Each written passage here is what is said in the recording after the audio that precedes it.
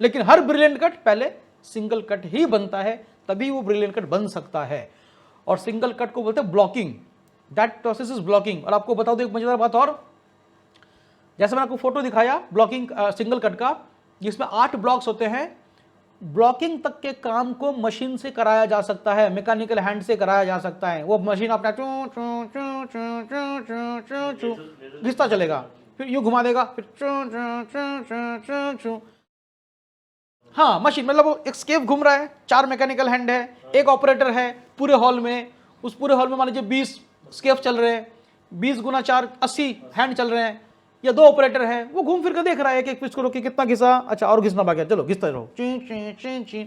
तो labour costing और कम हो गया। लेकिन जो ब्रिलियंट रिंग का काम है, स्टार फेसेट लगाने का काम है, अपर गडल लगाने का काम है, लोअर गडल लगाने का काम है, ये मैकेनिकल हैंड इतना बढ़िया से नहीं कर पाता। इसमें सिमेट्री सही नहीं बन पाता, या अगर बन पाएगा, बन जरूर पाता है, वेस्टेज ज्यादा कर देगा, ज्यादा घिस देगा। 1 सेंट भी टाइम कभी इंपॉर्टेंट नहीं, लेकिन वेस्टेज ज्यादा कर देगा, वजन नहीं आ पाएगा। इसलिए वो जो ब्रिलियंट रिंग का काम है आज भी इंसान ही करता है, पॉलिशर ही करता है।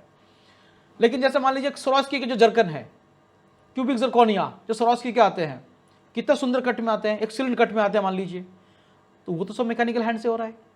वो तो भाई एक एक हीरा ही, एक एक स्वरोस्की का मान लीजिए 10 रुपए का है, अब 10 रुपए में कहा वो मेकिंग देंगे 50-100 रुपए, तो वो सब मैकेनिकल हैंड से हो रहे हैं सारे,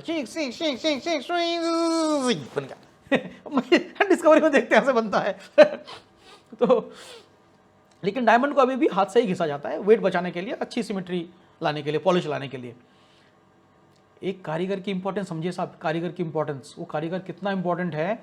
मान लीजिए आपके पास, मैं बार बार इस बात को हर क्लास में बताता हूँ, एक कारीगर की इंपॉर्टेंस, वो आपके पास एक रफ डायमंड है, वो रफ डायमंड है फॉर एग्जांपल 2 कैरेट का, प्लानर है, उस प्लानर ने प्लानिंग किया कि 50% रिकवरी आएगा इसका, मतलब 1 कैरेट का हीरा बनेगा, और बाकी 50% में छोटे छोटे हीरे कुछ बन सकते हैं, वरना वेस्टेज हो गया, घिस के चला गया। और उस कारीगर के पास वो रफ आया, उसने उसका पहले ब्रूट किया, शेप में लेके आए हैं, शेपिंग की उसकी। फिर अब देखिए शेपिंग करने के बाद उसका टारगेट है जिसमें 1 कैरेट आना है, अगर 99 सेंट और 8 डोरा हो गया उसका वजन, आपको वेट का नियम पता है ना, इंटरनेशनल रूल, 99 सेंट और 8 डोरा आ गया तो रिपोर्ट में 99 सेंट लिखा आएगा, और अगर 99 सेंट 9 डोरा आ गया तो रिपोर्ट में 1 कैरेट। तो इसका टारगेट क्या जी, किसी भी हालत में इसको 99.9 से ऊपर रखना है, 1 कैरेट टच करना ही है। और अगर वो डायमंड इतना वजन आया, पहला पॉइंट, इसके बाद एक्सीलेंट सिमेट्री होनी चाहिए, एक्सीलेंट पॉलिश के साथ। कितने फैसेट होते हैं, 57 फैसेट होते हैं, मान लीजिए किलोट नहीं है, 57 फैसेट्स होते हैं। अगर उन 57 फैसेट्स में से एक भी फैसेट में एक पॉलिश का दाग भी रह गया तो पॉलिश नीचे गिर गया, वो एक्सीलेंट से नीचे गिर के वेरी गुड में आ जाएगा। अब XXX नहीं रहा, XVGX हो जाएगा। आपने पहले समझा था ना XXX ट्रिपल क्या होता है, तो वो पॉलिशर की कला देखिए। सिमेट्री किसे बोलते हैं, सिमेट्री मतलब एक जैसा, अगर 8 स्टार है वो 8 के 8 स्टार एक जैसी लंबाई चौड़ाई की, एक जैसे शेप में नजर आएगा, टेबल बिल्कुल ऑक्टागन नजर आएगा, बेजल सारे के सारे एक जैसे नजर आएंगे।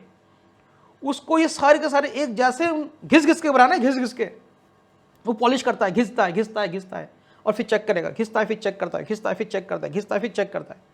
वो घिस के सारे फैसेट्स को एक जैसा बनाएगा।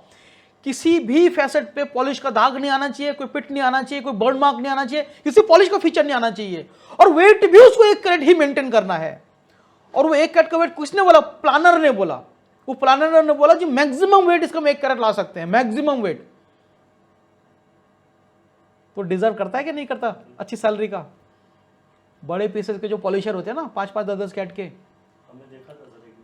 वो कार में आते हैं, वो महंगे, उनको वो जो नहीं, वो आप देखते हैं वो ढोलकिया साहब जो घर और गिफ्ट देते हैं, गाड़ियां देते हैं, 50-50 गाड़ियां दिवाली पे गिफ्ट दे रहे हैं, वो सिर्फ उनका रिवॉर्ड है, हर किसी को नहीं दे रहे अपने स्टाफ को, उनको टारगेट दिया जाता है। ऐसे स्टाफ, ऐसे पॉलिशर जो, और ज्यादातर पॉलिशर जो होंगे इसमें, जो टारगेट को अचीव कर पाते हैं, क्योंकि इसमें 1 सेंट का फर्क आया, आपको लगेगा जी 5 लाख रुपए पर कैरेट, 1 कैरेट का पीस, तो 1 सेंट की कीमत कितनी हुई, 5,000 रुपए, तो 1 सेंट का मतलब 5,000 रुपए ना। जैसे ही वो हीरा 99 सेंट का वजन आ गया, अब उसका भाव 5 लाख नहीं रहा, 4 लाख हो गया। तो 1 सेंट की कीमत सिर्फ 5,000 नहीं है जी, 1 लाख है।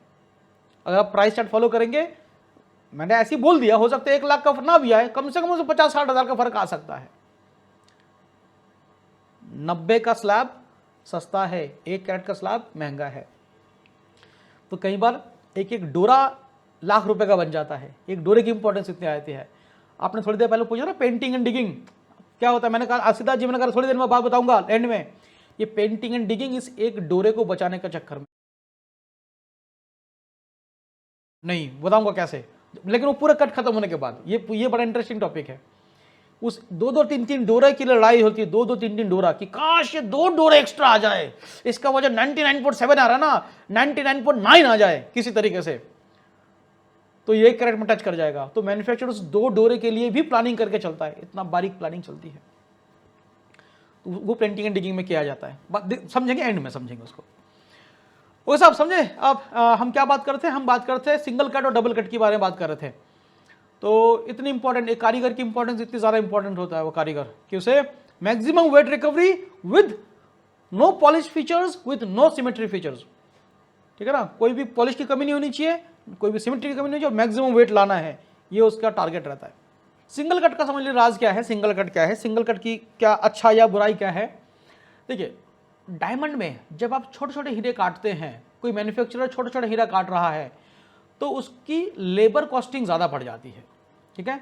अब एक मैन्युफैक्चरर की नज़र से देखें, मैं एक कटर की नज़र से देख रहा हूँ, वो कटर क्या कर रहा है, उसकी कॉस्टिंग 2 चीज़ों की पड़ती है। एक होती है मटेरियल कॉस्ट, मतलब कि डायमंड की कॉस्टिंग, रफ डायमंड की कॉस्टिंग, और दूसरा बनाते बनवाई की खर्चा, लेबर कॉस्टिंग। 2 ही तो कॉस्ट है उसके, भाई मटेरियल कितने का, उसके बनवाई कितना पड़ा, ये दोनों कॉस्ट को जोड़ दो, उसे प्रॉफिट चाहिए, बस ये 3 चीज़ें हैं, उसे 3 बातों पर ध्यान देना है। तो जब हम बड़े बिजनेस की बात करते हैं ना, उसमें डायमंड एक्सपेंसिव होता है। मान लीजिए कोई 10 लाख का हीरा खरीद रहे हैं, तो हो सकता है तो उसको बनाने के लिए सारे से 20,000 रुपये खर्च करना पड़ा होगा। उसकी कॉस्टिंग हो सकता है 9,80,000 उसकी हीरे की कॉस्टिंग है। लेकिन जब आप 1-1 सेंट के हीरे की बात करेंगे, 2-2 सेंट के हीरे की बात करेंगे, तो उसमें 1 सेंट का हीरा है, मतलब कि 1 कैरेट में 100 पीस चढ़े, है ना। हीरे की कीमत पर कैरेट होती है हमेशा, 1 कैरेट की कीमत से ही बोला जाता है, पर यूनिट मतलब कि पर कैरेट। तो जब आप बोलेंगे कि मेरे पास 1-1 सेंट के हीरे हैं, तो आप बोलेंगे जी पर कैरेट हीरा क्या है जी, पर कैरेट हीरा फॉर एग्जांपल 20,000 रुपये भाव, तो 100 पीसों पे लेबर चढ़ा। जब आपने कहा मेरे पास 5-5 सेंट के डायमंड है, इसका मतलब 20 पीस चढ़े, 20 चढ़ता, इसे कहते हैं, इसको चढ़ता वर्ड बोलते बाजार में, चढ़ता। 1 कैरेट में कितने पीस चढ़े, तो 20 चढ़ता का माल हुआ, उसमें 20 पीस में लेबर देने पड़े। अगर आपके पास आधे सेंट के हीरे हो, तो अब 1 कैरेट में 200 पीस चढ़ते हैं, उसको 200 पीस पे लेबर देना पड़ता है। वो 200 पीस ही राउंड ब्रिलियंट कट डायमंड है, लेबर ज़्यादा समय दे रहा है उसको, पॉलिशर ज़्यादा समय दे रहा है, एक्सपेंसिव पड़ता है। इसीलिए सिंगल कट डायमंड को क्या है जी, एक आकार भी मिल गया और उसमें 17-18 फैसेट्स भी बन गए, 17 या 18 फैसेट्स। अब आप नेकेड आई से देख के शायद आप तुरंत समझ ना पाए कि सिंगल कट डायमंड है कि डबल कट डायमंड है, ठीक है। और लेबर बच गया, लेबर कम हो गया, आधा हो गया। आपने सिर्फ ब्लॉकिंग करके छोड़ दिया, सिर्फ ब्लॉकिंग, उसमें ब्रिलियंटरिंग नहीं किया, स्टार नहीं लगाया, अपर गटन नहीं लगाया, लोअर गटन नहीं लगाया, लेबर आधे से भी कम में आ गया, तो लेबर बच गया। इसीलिए छोटे छोटे डायमंड अगर आप सिंगल कट डायमंड से बनाते हैं, आपको पर कैरेट सस्ता पड़ता है। तो अगर आप देखेंगे रोलेक्स की घड़ियां, रोलेक्स की पुरानी जितनी भी घड़ियां देखिए, वो सब सिंगल कट से बना हुआ है, जिस पर डायमंड लगा हुआ है, नेचुरल डायमंड, आधे सेंट या 3-3 डोरे के डायमंड। 3 डोरा का मतलब जी 1 सेंट में 3 पीस, या मान लीजिए 2-2 डोरे, 2 डोरे के डायमंड, 1 डोरे का डायमंड, भाई तभी खूबसूरत लगता है, एकदम लेयर्स एकदम पतली सी, एकदम बस कागज जैसा लगता है कि हाँ डायमंड है वो। और अच्छी क्वालिटी का अगर काटे जाए, भाई एंगल तो वही रहेगा ना, चाहे आप डबल कट करो चाहे सिंगल कट करो, जो ब्लॉकिंग है उसका वही 33.5 डिग्री के एंगल में काटा जा रहा है, उसका वही 41 डिग्री के एंगल में काटा जा रहा है, टेबल वही 57% रखा जा रहा है, बस एक्स्ट्रा जो ब्रिलियंटरिंग के फैसर्स है वो नहीं बनाए जा रहे। इसीलिए छोटे छोटे पीसेस में अब परफेक्ट, अब 2-2 डोरे के पीसेस में आप कैसे 57 काट सकते हो, जरूर काट सकते हो, मैं नहीं करेगा, नहीं कटता है, उसमें मेकिंग बहुत महंगा पड़ जाता है। इसलिए वो छोटे छोटे जितने हीरे ज़्यादातर सिंगल कट में यूज होते हैं। और बड़े पीसेस जैसे 10 सेंट 20 सेंट, ये पीसेस सिंगल कट में कोई तुक नहीं बनता। क्यों लोग बनाते हैं, कभी किसी ने शौकिया बना लिया तो बना लिया, पुराने ज़माने में बनता था, उस वक्त जब कटिंग की नई क्वालिटी अच्छी होती थी।